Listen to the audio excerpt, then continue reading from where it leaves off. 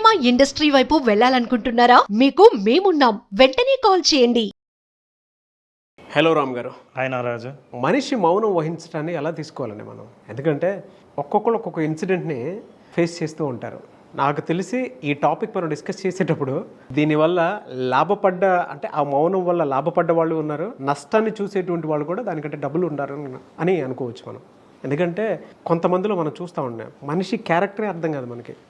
అసలు మనం ఒక రియాక్షన్ ఇస్తాము, లేదా ఒక విషయం చెప్తాము, ఒకటే ఎక్స్ప్రెషన్, ఇంకొకళ్ళు ఇలా డిఫరెంట్ కేటగిరీస్ని ఒకేసారి చూసేస్తాం మనం. స్క్రీన్ మీద మనం అలా ఇమాజిన్ చేసుకుంటే ఒక్కొక్కరు ఇలా తిరుగుతూ ఉంటారు. వాళ్ళ మౌనాన్ని మనం ఏ విధంగా అర్థం చేసుకోవాలి? అసలు మౌనం వహించారు అని అంటే ఎలా చూడాలి? అసలు అంటే పాజిటివ్ యాంగిల్లో చూడాలా, నెగిటివ్ యాంగిల్లో చూడాలా? నిజం చెప్పాలంటే మౌనాన్ని అర్థం చేసుకోవడం చాలా కష్టం. ఈ ప్రపంచం మొత్తం శబ్దంతో కూడుకుంది. ఇంత శబ్దంతో కూడుకున్న ప్రపంచంలో నిశ్శబ్దం ఒక బ్రేక్ లైఫ్కి. ఈ నిశ్శబ్దం ప్రతి జీవితంలో అవసరం. కానీ ఆ నిశ్శబ్దం లేనిది, అంటే అంతర్గతంగా లోపల నిశ్శబ్దం లేని జీవితం విపరీతమైన శబ్దాలతో, ఆలోచనలతో కూడుకొని ఉంటుంది. అసలు నిశ్శబ్దం అనేది మనకు చాలా రకాలుగా మనం పాటిస్తూ ఉన్నాం. మౌన వ్రతం అని అంటారు. అది వ్రతం లాంటిది మౌనం. మౌనం అవసరమే, కానీ ఎప్పుడు అవసరం, ఎక్కడ అవసరం అన్నది చాలా ఇంపార్టెంట్. ఫర్ ఎగ్జాంపుల్ కొన్ని ఎగ్జాంపుల్స్ చెప్తాను. షూర్. ఒక అబ్బాయి 5వ తరగతి చదివే అబ్బాయి దాదాపు గంట ప్రయాణం చేస్తే కానీ వాళ్ళ స్కూల్ రాదు. ఇంటి నుంచి రోజు స్కూల్కి వెళ్తూ ఉండేవాడు. కొంత విచిత్రంగా ఉండేవాడు. స్కూల్ బస్సులో అందరూ ఎక్కితే చివరిలో కూర్చొని ఊరికి కూర్చునేవాడు. ఎవరితో పెద్దగా మాట్లాడేవాడు కాదు. అందరూ ఆడుకుంటుండగా ఒక్కడ కూర్చొని పుస్తకాలు చదువుతూ ఉండేవాడు. సెలవులు వస్తే అందరూ సెలవుల్లో చేసే పనులు ఇతను చేయకుండా ఏం చేస్తాడంటే ఆ ఊళ్ళో ఉన్న అడవిలోకి వెళ్ళి అడవిలో ఉన్న చిన్న చిన్న పురుగులను సేకరించేవాడు. వాటిని మైక్రోస్కోప్లో పెట్టి చూసేవాడు. ఇట్లటన్నీ చేసేవాడు. అంత విచిత్రంగా ప్రవర్తన. నిశ్శబ్దంగా గడిపేవాడు జీవితాన్ని. తను ఏం చేయాలనుకున్నా చేసేవాడు. ఏమని ఎవరూ పట్టించుకోలేదు. పెద్ద అయ్యాడు, సినిమా డైరెక్టర్ అవుదాం అనుకున్నాడు, సినిమా తీశాడు. తను అనుభవించిన ప్రకృతి, తను అనుభవించిన జీవితం, నిశ్శబ్దంగా ఇన్నేళ్లుగా చూసిన జీవితం నుంచి వచ్చిన సినిమా అవతార్. జేమ్స్ కెమెరాన్ అట్లా ఉండేవాడు. టైటానిక్ చేశాడు. నిశ్శబ్దం అలా ఉంటుంది. అంతేకాదు, నిశ్శబ్దము ఎక్కడ నిశ్శబ్దంగా ఉండాలో, ఎక్కడ ఉండకూడదో తెలియకపోతే ఉన్న పెద్ద ఎగ్జాంపుల్, ఒక వ్యక్తి ప్రపంచాన్నే ఏలేంత అద్భుతమైన మార్కెటింగ్ కంపెనీ ఉంది. మార్కెటింగ్ కంపెనీ ఎట్లాంటిదంటే, అసలు చైనాలో తన మార్కెటింగ్ కంపెనీ ఉంటే ఆ కంపెనీ లాభాలు ఎట్లాంటివంటే, అత్యంత మల్టీనేషనల్ కంపెనీల్లోని దాదాపు 10 సంవత్సరాల లాభాలను ఎంత సంపాదించి పెడతాదో ఒక సంవత్సరంలో సంపాదించి పెట్టేంత గొప్ప కంపెనీకి ఓనర్. ఎప్పుడూ మౌనంగా ఉండాల్సిన వాడు ఉండాల్సిన టైంలో ఉండకుండా ఉన్నట్టుండి నోరు తెరిచి చైనీస్ గవర్నమెంట్ అగెనెస్ట్గా మాట్లాడాడు. ఈ చైనీస్ గవర్నమెంట్ పద్ధతులు సరిగ్గా ఉండవు అని నోరెత్తి మాట్లాడాడు. మాట్లాడినందువల్ల ఆ గవర్నమెంట్ వెంటనే అతని మీద చర్య తీసుకొని ఇప్పుడు ఆలీబాబా అనే కంపెనీ, ఆలీబాబా CEO జాక్ మా ఎక్కడ కనిపించడు, ఎక్కడ నోరెత్తాడు. ఇటీవలే ఒక మీటింగ్లో కనిపించినప్పుడు సైలెంట్గా ఉన్నాడు. 2 మాటలు మాట్లాడాడు. మౌనాన్ని బ్రేక్ చేస్తే, చెయ్యకూడని చోట బ్రేక్ చేస్తే దాని ఫలితం ఎట్లుంటుందంటే జీవితాంతం ఆలోచించేదిగా ఉంటుంది. అది జాక్మా ఎగ్జాంపుల్. సో ఈ 2 ఎగ్జాంపుల్స్లో మౌనాన్ని సరిగ్గా ఉపయోగించుకున్నవాడు, సరిగ్గా ఉపయోగించుకోనివాడు. మౌనం అర్ధాంగీకారం అంటారు. మౌనానికి ఎన్ని మీనింగ్స్ ఉంటాయి, ఎలా చదవాలి అన్నది. ముఖ్యంగా కోపం వచ్చినప్పుడు ఒక అద్భుతమైన ఆయుధం మౌనం. మౌనం చేతగానితనం కాదు. ఎంతో చేతైనవాడు, ఎంతో బలం ఉన్నవాడు, మానసిక స్థైర్యం ఉన్నవాడు మౌనంగా ఉంటాడు. బాగా బలహీనత ఉన్నవాడు ఇమ్మీడియట్గా రెచ్చిపోతాడు, యాక్టివ్ అవుతాడు, ఎమోషనల్ అవుతాడు, రియాక్ట్ అవుతాడు, యాక్షన్లో చూపిస్తాడు. బలహీనతకు గుర్తుంది. చాలామంది బలాన్ని గుర్తు అనుకుంటారు, చాలా పొరపాటు. ఎంతో మానసిక బలం ఉన్నవాడు ఏం చేస్తాడంటే యాక్షన్ చేసి ఏమైనా చేద్దామని అనిపించినప్పుడు కూడా తన్ను తాను తమాయించుకొని నిశ్శబ్దంగా ఉంటాడు. ఆ మౌనాన్ని సాధించడం అనేది, నిశ్శబ్దాన్ని సాధించడం అన్నది, అది సాధించాల్సిందే తప్ప ఊరికే నేర్చుకునేది కాదు. పూర్వం మనం మునులు అనేవాళ్ళం. ముని అంటే అర్థం ఏంటంటే మౌని అని. అంటే మౌనం నుంచి వచ్చిన పదమే ముని అని. మునులు మహర్షులు అని అంటాం ఎందుకంటే వాళ్ళు మౌనంగా ఉండేవాళ్ళు అని. మౌనం చాలా ప్రశ్నలకు సమాధానం ఇస్తుంది. మౌనం చాలా సమస్యల్ని కొత్తగా పరిష్కరించేలా చేస్తుంది. అయితే ఎప్పుడు ఎలా మౌనంగా ఉండాలి? మాట్లాడవలసినప్పుడు మౌనంగా ఉండి, మౌనంగా ఉండవలసినప్పుడు మాట్లాడితే మహా నష్టం జరుగుతుంది. బెస్ట్ ఎగ్జాంపుల్స్ ఉందా? మీరే అన్నారు ఇందాక చెప్పింది అవతార్ సినిమా ఒకటి, 2 జాక్మాదే. చాలామందికి ఈ మధ్యకాలంలో ఎందుకబ్బా జాక్మా కనిపించట్లేదని చెప్పేసి అనుకున్నటువంటి వాళ్ళు ఉన్నారు. రీజన్ అదే. ఎక్కడ పడితే అక్కడ అద్భుతంగా మాట్లాడేవాడు.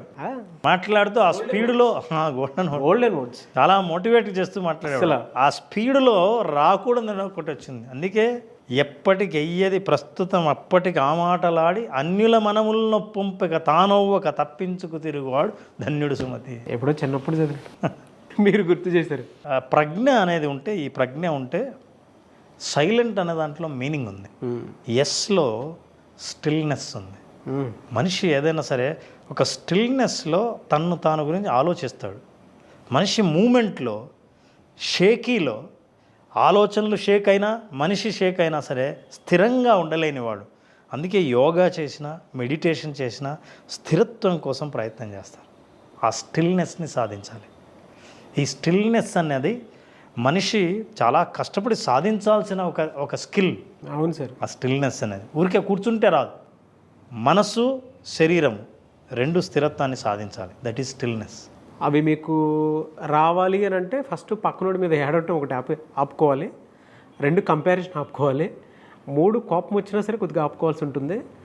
4 చాలామంది బాడీ లాంగ్వేజ్లో కానీ ఆ బిహేవియర్ ఒకలాగా చెప్తుంది. ఎదుటి వాళ్ళ ముందు ఎలా కూర్చోవాలి, ఎలా నుంచోవాలి, ఏం చేయాలి, ఆ బాడీ లాంగ్వేజ్ సరిగ్గా కరెక్ట్ కాకుండా ఉంటుంది. ఆ టైప్ ఒకళ్ళు మాట్లాడుతుంటే ఈ టైప్ బాడీ లాంగ్వేజ్ ఇంకోలా ఉంటుంది. వీటిల్లో కనుక స్థిరత్వం పొందితే ఆ స్థిరత్వం ఖచ్చితంగా వస్తుంది. మరి ఊరికే మీరు అంతా చెప్పినట్లు మెడిటేషన్లో చాలామంది కూర్చుంటారు సార్. మెడిటేషన్లో కూర్చోటంటే ప్రతి ఒక్కరు గంట సేపు కూర్చోవాలని, హాఫ్ అన్ అవర్ కూర్చోవాలని ఎవరైనా కూర్చున్నప్పటి నుంచి ఎప్పుడు లేద్దామని కూర్చుంటా. మెడిటేషన్లో నేర్చుకోవాల్సిన ఏంటంటే 1-2 గంటలు ఎందుకు అంత కూర్చుంటున్నారంటే వాళ్ళల్లో వాళ్ళని తెలుసుకోవటం. ఆ ప్రాసెస్లో మీరు అక్కడ ఏం వదిలేయాలనేదే పాయింట్. అంతే కదా సార్. ఆ స్టిల్నెస్లో ఏం జరుగుతుందంటే నీళ్ళు ఎట్లా అయితే స్టిల్ నిలబడితే చెత్త మొత్తం కిందికి పోతుందో అట్లా మన ఆలోచనలు మనల్ని డిస్టర్బ్ చేసేవి ఏవైనా సరే ఆ స్టిల్నెస్లో అవి అడుక్కుపోతే ప్యూర్ వాటర్ మాత్రం ఉంటుంది. పైన మన లేయర్, ఒరిజినల్ లేయర్ కనిపిస్తుంది. ఒరిజినల్ లేయర్ ఉంటుంది. I is enquiry. ఎంక్వైరీ అంటే మనల్ని మనం లోతుగా ఆలోచించే అవకాశం కల్పించడం ఐ ఎంక్వైరీ అంటారు. L is listening. కోపం వచ్చినప్పుడు కోపంలో మనం యాంగర్ మేనేజ్మెంట్లో చెప్తుంటాం. అవతల వాళ్ళు మాట్లాడుతుంటే వీళ్ళు ఎప్పుడెప్పుడు మాట్లాడదామా అని వింటారే తప్ప లిజనింగ్ మిమ్మల్ని అర్థం చేసుకోవాలని వినటం వేరు, మీరు ఆపితే ఇంక నేను మాట్లాడదామని వినడం వేరు. సో ఈ సైలెన్స్లో ఉన్న listening wanted to understand you. బహుశా మీ కోపానికి నాకు అర్థం తెలియచ్చు, అరే అందుకా నీ కోపం వచ్చింది అని ఇంకా నా కోపం రాదు. So that's why listening. Is energy. Energy ఏంటంటే మనిషి నిశ్శబ్దంలో ఎనర్జీ వేస్ట్ చేసుకోడు, ప్రిజర్వ్ చేస్తాడు. తనకున్న శక్తి ఏదైతే ఉందో సైలెంట్ కూర్చోవడం వల్ల ప్రిజర్వ్ చేస్తారు. నాగరాజు, ఎనర్జీ ఎప్పుడైతుందంటే ఎమోషన్స్ని మీరు ఎక్స్ప్రెస్ చేస్తున్నప్పుడు ఎనర్జీ వెళ్ళిపోతుంటుంది. Emotion is energy. ఆ ఎమోషన్స్ని అర్థం చేసుకొని వాటిని ఇంటెలిజెంట్గా అంటే ఎమోషనల్ ఇంటెలిజెన్స్తో ఉండే అవకాశం మీ ఎనర్జీని ప్రిజర్వ్ చేసుకున్నప్పుడు ఉంటుంది. That is energy. అందుకే meaningful silence is important than meaningless words. Is energy. మనం ఎమోషనల్గా ఇంటెలిజెంట్ అయిన వాళ్ళు వాళ్ళ ఎమోషన్స్ని అర్థం చేసుకుంటే ఎనర్జీని కాపాడుకోగలరు. సైలెంట్లో ఎనర్జీని మనం మిగిలించుకోవచ్చు, దాచుకోవచ్చు. That is energy. N is a noise free. శబ్దాలకు దూరంగా ఉండడం. ఏది ఇంటర్నల్ శబ్దం, మన ఆలోచనలు, మన దిగుళ్ళు, మన జడ్జిమెంట్స్, ఇవన్నీ లోపల వచ్చే శబ్దాలు. ఈ శబ్దాల నుంచి దూరంగా ఉండడం ఎన్. సి, సైలెన్స్లో C is a calmness. C, నిశ్శబ్దంగా ఎన్ని పదాలు ఉన్నాయో చూడండి. Silence, calm and unit stillness. వీటన్నిటి ప్రయోజనాలన్నీ సైలెన్స్లో ఉన్నాయి. సో కామ్గా ఉండడం అన్నది, కామ్గా ఉండడం ఒక్కొక్కసారి చాలా కష్టం. అందుకే యాంగర్లో ఎప్పుడైనా కోపం వచ్చి కొంచెం కామ్ అవ్వు అని అంటారు. కామ్నెస్లో సొల్యూషన్ ఉంటుందండి. So solutions you can identify with calm. ఈ ఈజ్ దట్ ఎంటీనెస్. అసలు ఏ జడ్జిమెంట్ లేకుండా ఉండడం అనేది ఎంటీనెస్. ఈ ఎంటీనెస్ను సాధించాలంటే ఎంతో సాధన చేయాల్సి ఉంటుంది. ఊరికే సైలెన్స్ అన్న వర్డ్ లాగా ఉంటుంది, కానీ ఇందులో చాలా జీవితం ఉంది. అదే సార్, ఒక గంట కూడా కాదులేండి, ఒక 10 నిమిషాలు పనులన్నీ పక్కన పెట్టేసి మనల్ని మనం మర్చిపోయి థాట్ని ఒక చోట పెట్టాలి అని అంటే చాలా పెద్ద టఫ్ జాబ్ నాకు తెలిసి. చాలా పెద్ద టఫ్ జాబ్. కాన్సన్ట్రేషన్ మీద కాన్సన్ట్రేట్ చేస్తే తప్ప అది వర్కౌట్ కాదు. ఇది మనం సైలెంట్ని థియరిటికల్గా అర్థం చేసుకోవచ్చు, కానీ ప్రాక్టికల్గా వీళ్ళు ఎవరైనా వింటున్న వాళ్ళు ఒక పని చేయొచ్చు. ఏంటంటే ప్రతిరోజు హాఫ్ అన్ అవర్ 30 నిమిషాల పాటు సైలెన్స్ని ఎలా ఎంజాయ్ చేయాలి. నెంబర్ 1, పుస్తకం తీసుకొని మొదటి 10 నిమిషాలు ఫోకస్డ్గా మీ గోల్ రాయాలి, సాధించాలనుకున్న లక్ష్యం రాయాలి. 10 minutes.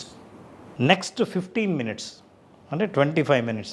25 minutesని ఈ గోల్ను ఎలా సాధించవచ్చు అన్న ఆలోచన చేయాలి. ఏమండి, అంటే ఫోకస్డ్ సైలెన్స్ ఎలా ఉండాలని చెప్తుంది.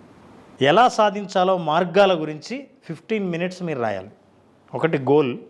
Next 15 minutes you will have to write what are the methods and ways that to achieve this goal. And next 5 minutes be silent, don't think anything else. మన మౌనాన్ని మనం ఓపెన్ చేసుకోవటం, దాంతో క్లోజ్ చేసుకోవటం. ఒక మీనింగ్ఫుల్ సైలెన్స్ ఇది. ఎందుకంటే మీరు ఒక సమస్య జీవితంలో చేయాలనుకున్న ఒక పని ఎదురుగా పెట్టుకొని దాన్ని క్లియర్గా అనుకుని దాన్ని ఇప్పుడు సైలెంట్గా ఉన్నారు. ఈ సైలెన్స్ మీకు తెలియకుండానే లోపల it will cook, it will give you right solution at the right time. That's the meaning of the silence. యాంగర్లో కానీ ఎమోషనల్ ఇంటెలిజెంట్ అవ్వాలన్నా, సెల్ఫ్ కంట్రోల్ చేసుకోవాలన్నా silence is most important thing. People have to practise. Great example అండి. Thank you sir, thank you so much Ram garu. మళ్ళీ class ఎప్పుడైనా అవకాశం ఉంటుంది, ఎందుకంటే విజువలైజేషన్ అది ఎక్స్పీరియన్స్ చేయడానికి మీరు పెట్టింది కంప్లీట్ ప్రాక్టీస్.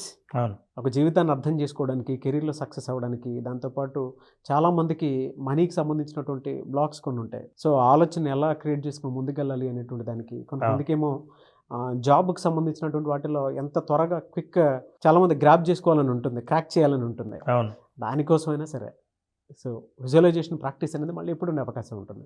అలాగే విజువలైజేషన్ ప్రాక్టీస్కి చాలా మంచి స్పందన వస్తుంది. ఎందుకంటే నేరుగా ఎదురుగా వాళ్ళ చేత ప్రాక్టీస్ చేయించే అవకాశం నాకు కూడా వచ్చింది. ఇది సెప్టెంబర్ 14వ తేదీన బ్యాచ్ స్టార్ట్ చేస్తున్నాం. September 14th. అట్లాగే ఈ ఎపిసోడ్లో స్పెషల్ ఏంటంటే 18th నాడు పున్నమి. ఆ పున్నమి రోజు స్పెషల్గా యోగ నిద్ర సెషన్ ఉంటుంది. పున్నమి రోజు రాత్రి యోగ నిద్ర సెషన్లో పాల్గొన్న వాళ్ళకి ఏవైనా సరే మానసిక రుగ్మతలు కానీ, నిద్రలేమి సమస్యలు కానీ ఉన్నవాళ్లే కాకుండా ఏవైతే మెంటల్ బ్లాక్స్ ఉంటాయో, ఆందోళనలు ఉంటాయో, భయాలు ఉంటాయో, నిర్ణయాలు తీసుకోలేకుండా ఆగిపోయిన బ్లాక్స్ ఏవైతే ఉంటాయో వాటన్నిటిని రిలీజ్ చేసే యోగ నిద్ర 18th ఉంటుంది. 14th రిజిస్టర్ చేసుకున్న వాళ్ళకి మాత్రమే ఈ అవకాశం. 14th బ్యాచ్ స్టార్ట్ అవుతుంది, సెప్టెంబర్ 14th. యోగ నిద్ర కోసం చాలామంది ఎక్స్పెక్ట్ చేసేటువంటి వాళ్ళు ఉన్నారు. స్పెషల్ అకేషన్ డే రోజు పెడుతున్నారు. సో ఇది స్పెషల్ క్లాస్ అని చెప్పేసి చెప్పాలి. అవును, ఈ మంత్కి special class visualization practice September 14th నుంచి ఉంటుంది. కాబట్టి ఆసక్తి కలిగిన వారు స్పెషల్ క్లాస్లో కనుక మీరు ఎన్రోల్ చేసుకోవాలి అనుకునేటువంటి వాళ్ళు స్క్రీన్ మీద మీకు కాంటాక్ట్ నెంబర్ కనిపిస్తుంది, దాన్ని మీరు కాల్ ఆర్ మెసేజ్ వాట్సాప్ చేసి వెంటనే ఎన్రోల్ చేసుకోండి. Anyways thank you, great experience and thank you so much Ram sir. Thank you.